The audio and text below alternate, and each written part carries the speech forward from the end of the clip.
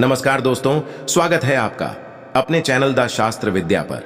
अगर आप अपने जीवन में कुछ नया सीखना चाहते हैं तो हमारे चैनल को सब्सक्राइब कर लें। नवरात्रि का नाम सुनते ही भक्तों का मन प्रसन्नता से भर जाता है। मां दुर्गा के दर्शन के लिए सभी आतुर हो जाते हैं।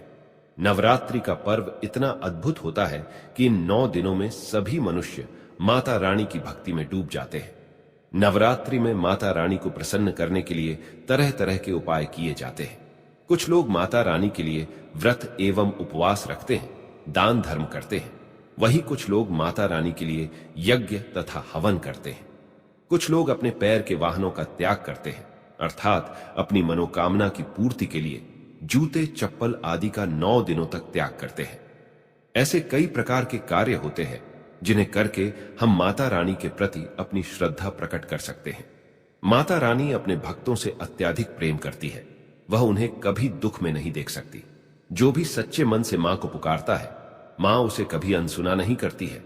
नवरात्रि का पर्व शक्ति का पर्व होता है। इन 9 दिनों के दौरान आप व्रत का पालन करके मां दुर्गा से जो कुछ भी मांगते हैं, माता रानी वह सब कुछ आपको प्रदान करती है। माता के द्वार पर आने वाला कोई भी याचक खाली हाथ नहीं जाता है।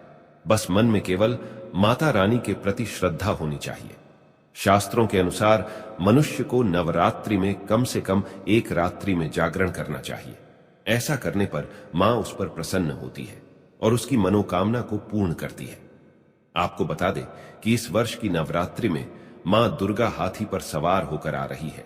इसीलिए इस नवरात्रि का विशेष महत्व है, क्योंकि जब भी मां हाथी पर सवार होकर आती है तो माता के भक्तों के जीवन में सुख समृद्धि आती है। साथ ही उन्हें बुद्धि तथा बल की प्राप्ति होती है। साथ ही माता का हाथी पर सवार होकर आना बारिश होने का भी संकेत देता है और चारों ओर हरियाली छाने लगती है। इस वर्ष प्रकृति का सुंदर नजारा हमें देखने का सौभाग्य प्राप्त होगा। जो भी भक्त माता के लिए व्रत का पालन करता है, माता उसके अन्न धान्य के भंडार भरती है। उनके धन धान्य में वृद्धि होती है। माता का हाथी पर सवार होकर आना भक्तों के लिए बहुत ही मंगलकारी होता है। इसीलिए आप इस वर्ष की नवरात्रि में व्रत का पालन अवश्य करें। लेकिन व्रत का पालन करते समय शास्त्रों में बताए गए महत्वपूर्ण नियमों को ध्यान में अवश्य रखें, जिनके बारे में आज हम आपको बताने जा रहे हैं। सबसे महत्वपूर्ण बात यह है कि व्रत के दौरान कौन सी चीजों का सेवन करना चाहिए और कौन सी चीजों का नहीं। कई बार लोग नवरात्रि का व्रत धारण करते हैं, लेकिन कुछ चीजों को खाने से उनका व्रत खंडित हो जाता है, जिसका उन्हें कोई फल नहीं मिलता है। इसीलिए पूरी सावधानी से आपको व्रत का पालन करना चाहिए। तो चलिए जान लेते हैं नवरात्रि के व्रत के दौरान हमें कौन सी चीजों का सेवन भूल से भी नहीं करना चाहिए। दोस्तों, व्रत रखना धार्मिक ही नहीं बल्कि वैज्ञानिक दृष्टिकोण से भी महत्वपूर्ण होता है, क्योंकि नवरात्रि में मौसम में बदलाव होना शुरू हो जाता है, जिसका असर मनुष्य की रोग प्रतिकारक प्रणाली पर भी पड़ता है। इसीलिए नवरात्रि के व्रत के दौरान कौन सी चीजें खानी चाहिए और कौन सी नहीं, इसके पीछे वैज्ञानिक आधार भी जुड़ा हुआ है। इसी कारण से केवल हिंदू धर्म को वैज्ञानिक रूप से भी परिपूर्ण माना जाता है। बड़े बड़े वैज्ञानिक भी हिंदू धर्म शास्त्रों में बताए गए रहस्य जानकर हैरान हो जाते हैं। तो चलिए जान लेते हैं वह कौन सी चीजें हैं।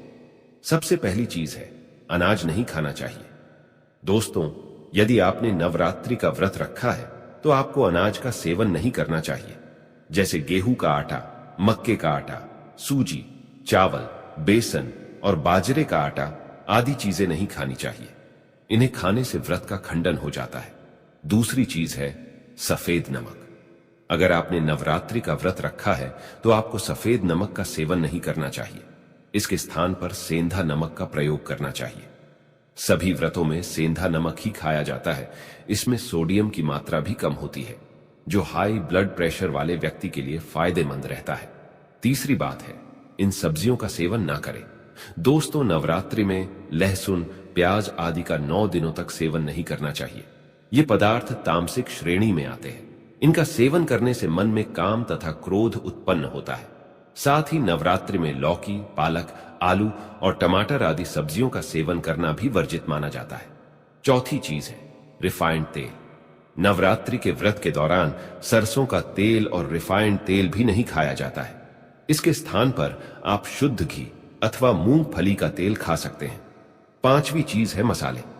दोस्तों, नवरात्रि के व्रत में आप मसालों का सेवन ना करें। मसालों के सेवन से शरीर में कई विकार प्रकट होते हैं। साथ ही इनका सेवन करने पर मनुष्य का स्वभाव उग्र बनने लगता है। व्रत के दौरान मसालों का सेवन करना वर्जित माना गया है। तो दोस्तों, इस प्रकार से आप भी नवरात्रि के व्रत के दौरान इन चीजों का सेवन ना करें। उम्मीद है आपको यह जानकारी अच्छी लगी होगी। वीडियो को लाइक जरूर करें, कमेंट में जय मां दुर्गा अवश्य लिखें। साथ ही चैनल को सब्सक्राइब करना ना भूलें।